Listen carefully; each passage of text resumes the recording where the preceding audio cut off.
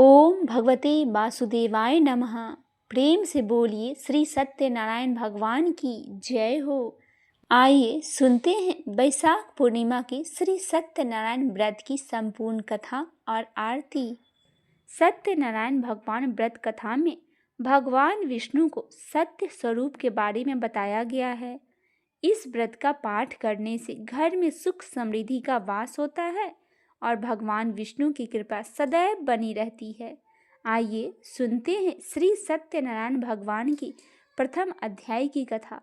एक समय की बात है, नैमिषारण्य नाय तीर्थ में सौनकादिक 88,000 ऋषियों ने सूत जी से पूछा, हे प्रभु, इस कलयुग में वेद विद्या रहित मनुष्य को प्रभु भक्ति किस प्रकार मिल सकती है। हे मुनि श्रेष्ठ, कोई ऐसा तप बताइए जिससे थोड़े समय में ही पुण्य मिले और मनोवांछित फल भी मिल जाए। इस प्रकार की कथा सुनने की हम इच्छा रखते हैं। सर्वशास्त्रों के ज्ञाता सूत जी बोले, हे वैष्णवों, मैं पूज्य आप सभी ने प्राणियों के हित की बात पूछी है, इसीलिए मैं एक ऐसे श्रेष्ठ व्रत को आप लोगों को बतलाऊंगा जिसे नारद जी ने लक्ष्मी नारायण जी से पूछा था और लक्ष्मीपति ने मुनि श्रेष्ठ नारद जी को कहा था। अब आप ध्यान से सुनिए। एक समय की बात है, योगी राज नारद जी दूसरों के हित की इच्छा के लिए अनेकों लोकों में घूमते हुए मृत्यु लोक में आ पहुँचे। यहाँ उन्होंने अनेक योनियों में जन्मे प्रायः सभी मनुष्यों को अपने कर्मों द्वारा अनेक दुखों से पीड़ित देखा। उनका दुख देख नारद जी सोचने लगे कि कैसा यत्न किया जाए जिसके करने से निश्चित रूप से मानव के दुखों का अंत हो जाए। इसी विचार पर मनन करते हुए वह विष्णु लोक में गए। वहाँ वो देवों के इष्ट नारायण की स्तुति करने लगे, जिनके हाथ में शंख चक्र गदा और पद्म थे, गले में वरमाला पहने हुए थे। स्तुति करते हुए नारद जी बोले, हे भगवान, आप अत्यंत शक्ति से संपन्न हैं। मन तथा वाणी भी आपको नहीं पा सकती है। आपका आदि मध्य तथा अंत नहीं है। निर्गुण स्वरूप सृष्टि के कारण भक्तों के दुख को दूर करने वाले हैं। आपको मेरा नमस्कार है। नारद जी की स्तुति सुन विष्णु भगवान बोले, हे मुनि श्रेष्ठ, आपके मन में क्या बात है? आप किस काम के लिए पधारे हैं, उसे निसंकोच कहिए। इस पर नारद जी बोले, मृत्यु लोक में अनेक योनियों में जन्मे मनुष्य अपने कर्मों के द्वारा अनेकों दुखों से दुखी हो रहे हैं। हे नाथ, आप मुझ पर दया रखते हैं तो बतलाइए कि वो मनुष्य थोड़े प्रयास से ही अपने दुखों से छुटकारा कैसे पा सकते हैं। फिर श्री हरि बोले, हे नारद, मनुष्यों की भलाई के लिए तुमने बहुत अच्छी बात पूछी है। जिसके करने से मनुष्य मोह से छूट जाता है, वह बात मैं कहता हूँ, उसे सुनो। स्वर्ग लोक और मृत्यु लोक दोनों में एक दुर्लभ उत्तम व्रत है जो पुण्य देने वाला है। आज प्रेम बस होकर मैं उसे तुमसे कहता हूँ। श्री सत्यनारायण भगवान का यह व्रत अच्छी तरह से विधान पूर्वक करके मनुष्य तुरंत ही यहाँ सुख भोग कर मरने पर मोक्ष पाता है। श्री हरि के वचन सुन नारद जी बोले कि उस व्रत का फल क्या है और उसका विधान क्या है। यह व्रत किसने किया था? इस व्रत को किस दिन करना चाहिए? सभी कुछ विस्तार से बतलाइए। नारद जी की बात सुनकर श्री हरि बोले, दुख और शोक को दूर करने वाला, यह सभी स्थानों पर विजय दिलाने वाला है। मानवों को भक्ति और श्रद्धा के साथ शाम को श्री सत्यनारायण की पूजा धर्मपरायण होकर ब्राह्मणों और बंधुओं के साथ करनी चाहिए। भक्ति भाव से ही नैवेद्य, केले का फल, घी, दूध और गेहूं का आटा सवाए ले। गेहूं के स्थान पर साठी का आटा, शक्कर तथा गुड़ भी ले सकते हैं। सभी को भक्षण योग पदार्थ को मिलाकर भगवान को भोग लगाए। ब्राह्मणों सहित बंधु बांधवों को भी भोजन कराए। उसके बाद स्वयं भोजन करे। भजन कीर्तन के साथ भगवान की भक्ति में लीन हो जाए।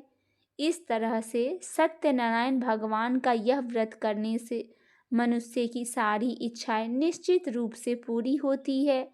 इस कली काल अर्थात कलयुग में मृत्यु लोक में मोक्ष का यही एक सरल उपाय बतलाया गया है। श्री सत्यनारायण व्रत कथा का पहला अध्याय संपूर्ण हुआ। बोलिए श्री सत्यनारायण भगवान की जय हो। सत्यनारायण भगवान व्रत कथा का दूसरा अध्याय। सूत जी बोले, हे ऋषियों, जिसने पहले समय में इस व्रत को किया था उसका इतिहास कहता हूँ, ध्यान से सुनो। सुंदर काशीपुरी नगरी में एक अत्यंत निर्धन ब्राह्मण रहता था। भूख प्यास से परेशान वह धरती पर घूमता रहता था। ब्राह्मणों से प्रेम करने वाले भगवान एक दिन ब्राह्मण का वेश धारण कर उसके पास जाकर पूछे, हे विप्र, नित्य दुखी होकर तुम पृथ्वी पर क्यों घूमते हो? दीन ब्राह्मण बोला, मैं निर्धन ब्राह्मण हूँ, भिक्षा के लिए धरती पर घूमता हूँ।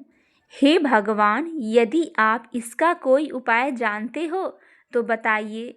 वृद्ध ब्राह्मण कहता है कि सत्यनारायण भगवान मनोवांछित फल देने वाले हैं, इसीलिए तुम उनका पूजन करो।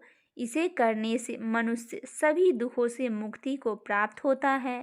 वृद्ध ब्राह्मण बनकर आए श्री सत्यनारायण भगवान उस निर्धन ब्राह्मण को व्रत का सारा विधान बताकर अंतर ध्यान हो गए। ब्राह्मण मन ही मन सोचने लगा कि जिस व्रत को वृद्ध ब्राह्मण करने को कहा गया है, मैं उसे जरूर करूँगा। यह निश्चय करने के बाद उसे रात में नींद नहीं आई। वह सवेरे उठकर सत्यनारायण भगवान का व्रत का निश्चय कर भिक्षा के लिए चला गया। उस दिन निर्धन ब्राह्मण को भिक्षा में बहुत धन मिला, जिससे उसने बंधु बांधवों के साथ मिलकर श्री सत्यनारायण भगवान का व्रत संपन्न किया। भगवान सत्यनारायण का व्रत संपन्न करने के बाद वह निर्धन ब्राह्मण सभी दुखों से छूट गया और अनेक प्रकार की संपत्तियों से युक्त हो गया। उसी समय से यह ब्राह्मण हर माह इस व्रत को करने लगा। इस तरह से सत्यनारायण भगवान के व्रत को जो मनुष्य करेगा वह सभी प्रकार के पापों से छुटकारा पा मोक्ष को प्राप्त होगा। जो मनुष्य इस व्रत को करेगा वह भी सभी दुखों से मुक्त हो जाएगा। सूत जी बोले कि इस तरह से नारद जी से नारायण जी का कहा हुआ श्री सत्यनारायण व्रत को मैंने तुमसे कहा। हे विप्रो, मैं अब और क्या कहूँ? ऋषि बोले, हे मुनिवर, संसार में उस विप्र से सुनकर और किस किस ने इस व्रत को किया, हम सब इस बात को सुनना चाहते हैं। इसके लिए हमारा मन में बहुत श्रद्धा भाव हो रहा है। सूत जी बोले, हे मुनियों, जिसने इस व्रत को किया है वे सब सुनो। एक समय वही विप्र धन और ऐश्वर्य के अनुसार अपने बंधु बांधवों के साथ इस व्रत को करने को तैयार हुआ। उसी समय एक लकड़ी बेचने वाला बूढ़ा आदमी आया और लकड़ियां बाहर रखकर अंदर ब्राह्मण के घर गया। प्यास से दुखी वह लकड़हारा उनको व्रत करते देख विप्र को नमस्कार कर पूछने लगा कि आप यह क्या कर रहे हैं? तो उन्होंने बतलाया कि व्रत कर रहा हूँ तथा इसे करने से क्या फल मिलेगा, कृपया कर मुझे भी बतलाइए। ब्राह्मण ने कहा कि सभी मनोकामनाओं को पूर्ण करने वाला यह सत्यनारायण भगवान का व्रत है। इनकी कृपा से ही मेरे घर में धन्य धान्य आदि की वृद्धि हुई है। विप्र से सत्यनारायण व्रत के बारे में जानकर लकड़हारा बहुत प्रसन्न हुआ। चना अमृत लेकर वे प्रसाद खाने के बाद वह अपने घर गया। लकड़हारे ने अपने मन में संकल्प किया कि आज लकड़ी बेचने से जो धन मिलेगा उसी से श्री सत्यनारायण भगवान का उत्तम व्रत करूँगा। मन में इस विचार को ले बूढ़ा आदमी सिर पर लकड़ियाँ रखकर उसे नगर में बेचने गया, जहाँ धनी लोग ज़्यादा रहते थे। उस नगर में उसे अपनी लकड़ियों का दाम पहले से 4 गुना अधिक मिलता है। बूढ़ा प्रसन्नता के साथ दाम लेकर केले, शक्कर, घी, दूध, दही और गेहूं का आटा ले और सत्यनारायण भगवान के व्रत की अन्य सामग्रियों को ले अपने घर पहुंचा। वहां उसने अपने बंधु बांधवों को बुलाकर विधि विधान से श्री सत्यनारायण भगवान का पूजन और व्रत किया। इस व्रत के प्रभाव से वह बूढ़ा लकड़हारा धन, पुत्र आदि से युक्त हो संसार के समस्त सुख को भोगकर अंतकाल में वैकुंठ धाम को चला गया। श्री सत्यनारायण व्रत कथा का दूसरा अध्याय संपूर्ण हुआ। बोलिए श्री सत्यनारायण भगवान की जय हो। आइए सुनते हैं सत्यनारायण भगवान व्रत की तीसरा अध्याय। सूत जी बोले, हे श्रेष्ठ मुनियों, अब आगे की कथा कहता हूँ। पहले समय में उल्का मुख नाम का एक बुद्धिमान राजा था। वह सत्य वक्ता और जितेंद्रिय था। प्रतिदिन देव स्थानों पर जाता और निर्धनों को धन देकर उनके कष्ट को दूर करता था। उसकी पत्नी कमल के समान मुख वाली तथा सती साध्वी थी। भद्रशीला नदी के तट पर उन दोनों ने श्री सत्यनारायण भगवान का व्रत किया। उसी समय साधु नाम का एक वैश्य आया। उसके पास व्यापार करने के लिए बहुत सा धन भी था। राजा को व्रत करते देखकर वह विनय के साथ पूछने लगा, हे राजन, भक्ति भाव से पूर्ण होकर आप यह क्या कर रहे हैं? मैं सुनने की इच्छा रखता हूँ, तो आप मुझे बतलाइए। राजा बोला, हे साधु, अपने बंधु बांधवों के साथ पुत्र आदि की प्राप्ति के लिए एक महाशक्तिमान श्री सत्यनारायण भगवान का व्रत का पूजन कर रहा हूँ। राजा के वचन सुन साधु आदर से बोला, हे राजन, मुझे इस व्रत का सारा विधान कहिए। आपके कथनानुसार मैं भी इस व्रत को करूँगा। मेरी भी संतान नहीं है और इस व्रत को करने से निश्चित रूप से मुझे संतान की प्राप्ति होगी। राजा से व्रत का सारा विधान सुन व्यापार से निवृत्त हो वह अपने घर गया। साधु वैश्य ने अपने पत्नी को संतान देने वाले इस व्रत का वर्णन कह सुनाया और कहा कि जब मेरी संतान होगी तब मैं इस व्रत को करूँगा। साधु ने इस तरह से वचन अपनी पत्नी लीलावती से कही। एक दिन लीलावती पति के साथ आनंदित हो सांसारिक धर्म में परिवृत्त होकर सत्यनारायण भगवान की कृपा से गर्भवती हो गई। 10वें महीने में उसके गर्भ से एक सुंदर कन्या ने जन्म लिया। दिनों दिन वह ऐसे बढ़ने लगी जैसे कि शुक्ल पक्ष का चंद्रमा बढ़ता है।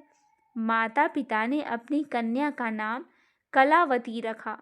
एक दिन लीलावती ने मीठे शब्दों में अपने पति को याद दिलाया कि आपने सत्यनारायण भगवान के जिस व्रत को करने का संकल्प किया था उसे करने का समय आ गया है। आप इस व्रत को करिए। साधु बोला कि हे प्रिय, इस व्रत को मैं उसके विवाह पर करूँगा। इस प्रकार अपनी पत्नी को आश्वासन देकर वह नगर को चला गया। साधु ने एक बार नगर में अपनी कन्या को सखियों के साथ देखा तो तुरंत ही दूत को बुलाया और कहा कि मेरी कन्या के योग्य वर देखकर आओ। साधु की बात सुनकर दूत कंचन नगर में पहुंचा और वहां देखभाल कर लड़की के सुयोग्यवानिक पुत्र को ले आया। सुयोग लड़के को देख साधु ने बंधु बांधवों को बुलाकर अपनी पुत्री का विवाह करवा दिया। लेकिन दुर्भाग्य की बात यह है कि साधु ने अभी भी श्री सत्यनारायण भगवान का व्रत नहीं किया। इस पर श्री भगवान क्रोधित हो गए और श्राप दिया कि साधु को अत्यधिक दुख मिले। अपने कार्य में कुशल साधु बनिया जमाई को लेकर समुद्र के पास स्थित होकर रत्नार सारपुर नगर में गया। वहां जाकर दामाद ससुर दोनों मिलकर चंद्रकेतु राजा के नगर में व्यापार करने लगा। एक दिन भगवान सत्यनारायण की माया से एक चोर राजा का धन चुराकर भाग रहा था। उसने राजा के सिपाहियों को अपना पीछा करते हुए देख चुराया हुआ धन वहां रख दिया जहां साधु अपने जमाई के साथ ठहरा हुआ था। राजा के सिपाहियों ने साधु वैश्य के पास राजा का धन पड़ा देखा तो वह ससुर जमाई दोनों को बांधकर प्रसन्नता से राजा के पास ले गए और कहा कि उन दोनों चोरों को हम पकड़ लेकर आए हैं, आप आगे की कार्रवाई की आज्ञा दे। राजा की आज्ञा से उन दोनों को कठिन कारावास में डाला गया और उनका सारा धन भी उनसे छीन लिया गया।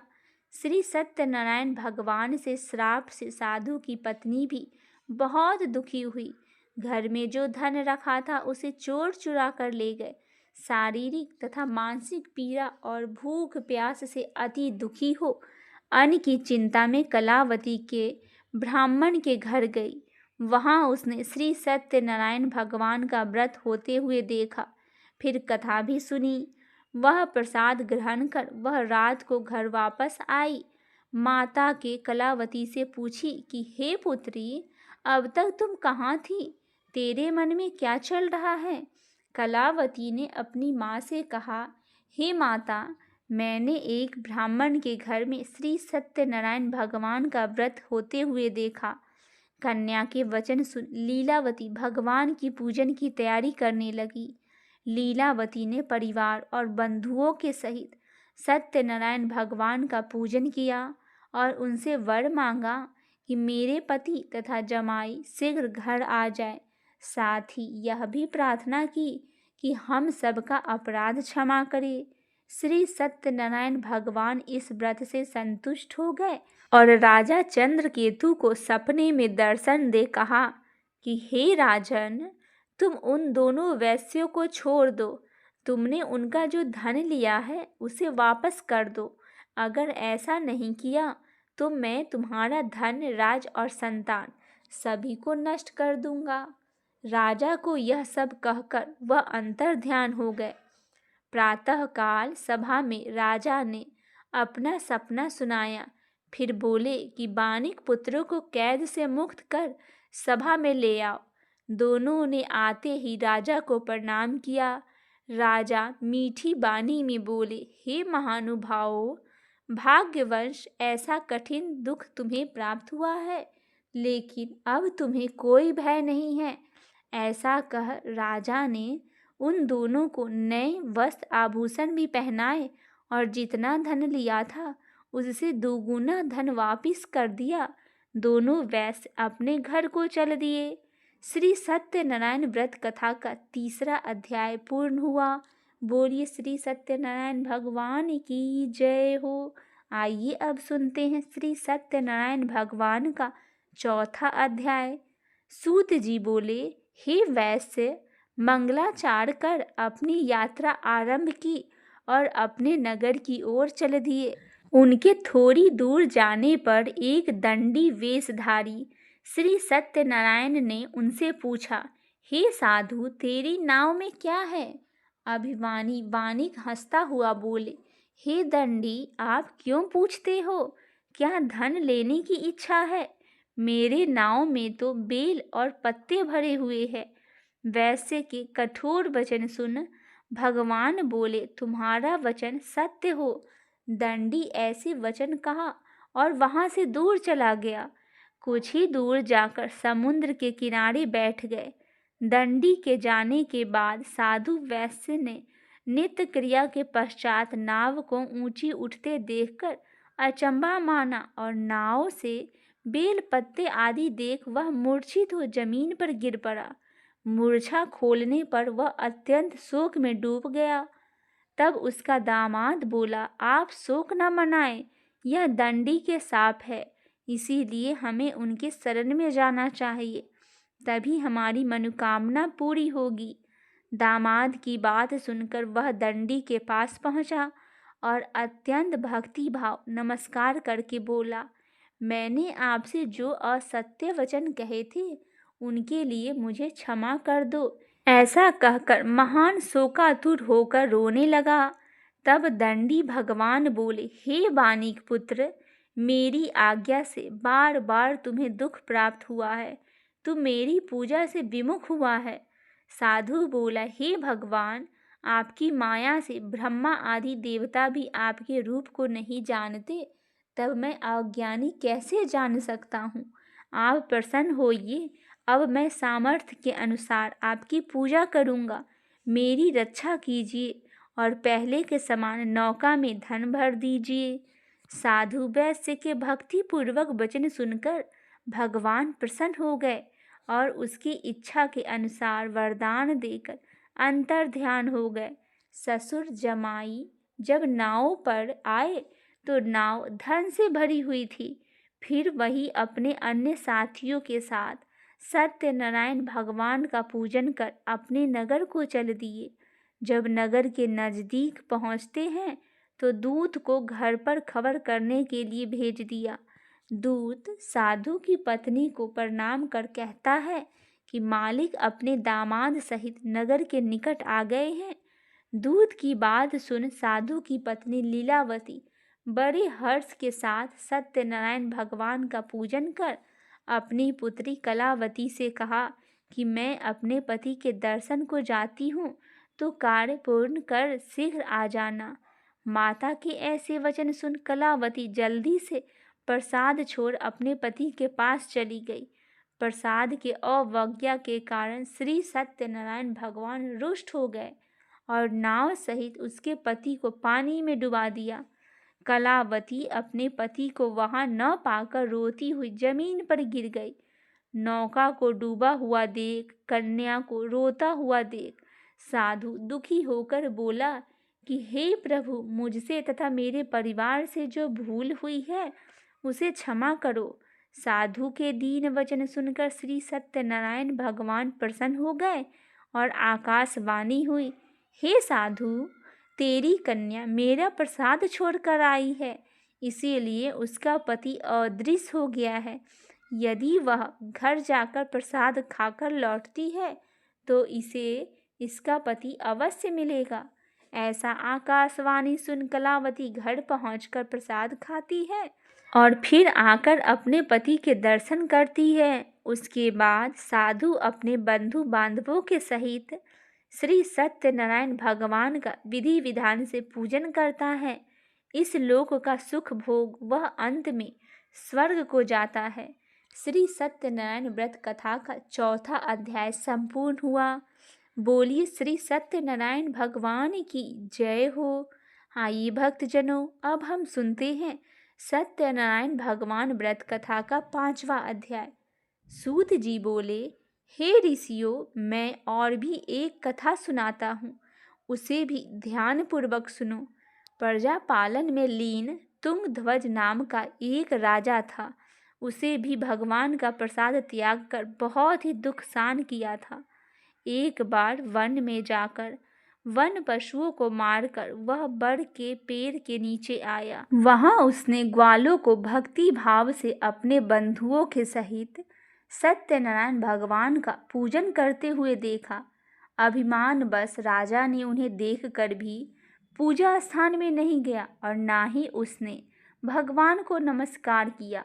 ग्वालों ने राजा को प्रसाद दिया, लेकिन उसने वह प्रसाद नहीं खाया और प्रसाद को वहीं छोड़ वह अपने नगर को चला गया। जब वह नगर में पहुंचा तो वहां सब कुछ तहस नहस हुआ पाया, तो वह शीघ्र ही समझ गया कि यह सब भगवान ने किया है। वह दोबारा ग्वालों के पास पहुंचा और विधि पूर्वक पूजा करके प्रसाद खाया, तो श्री सत्यनारायण भगवान की कृपा से सब कुछ पहले के जैसा ही हो गया। दीर्घ काल तक सुख भोगने के बाद मरणोपरांत उसे स्वर्ग लोक की प्राप्ति हुई। जो मनुष्य परम दुर्लभ इस व्रत को करेगा तो भगवान सत्यनारायण की अनुकंपा से उसे धन्य धान की प्राप्ति होगी। निर्धन धनी हो जाता है और भय मुक्त हो जाता है। संतानहीन मनुष्य को संतान सुख मिलता है और सारे मनोरथ पूर्ण होने पर मानव अंत काल में बैकुंठ धाम को जाता है। सूत जी बोले, जिन्होंने पहले इस व्रत को किया है, अब उनके दूसरे जन्म की कथा कहता हूँ। वृद्ध सतानंद ब्राह्मण ने सुदामा का जन्म लेकर मोक्ष को प्राप्ति की। लक्रहारे ने अगले जन्म में निषाद बनकर मोक्ष प्राप्त किया।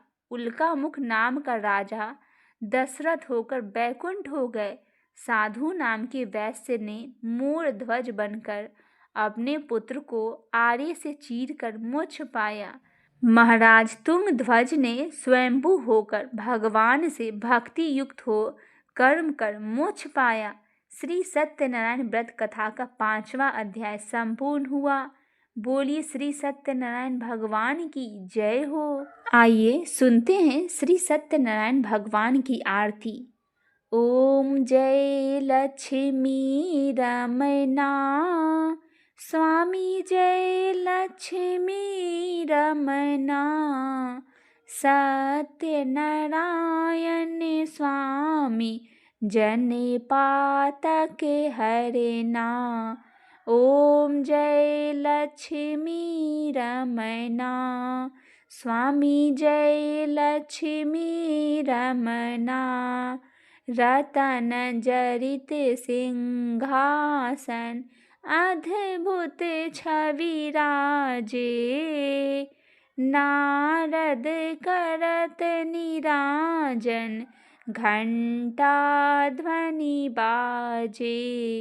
ओम जय लक्ष्मी रमना, स्वामी जय लक्ष्मी रमना, प्रगट भये कलि कारण द्विज को दर्श दियो, बूढ़ा ब्राह्मण बन कर कंचन महल कियो।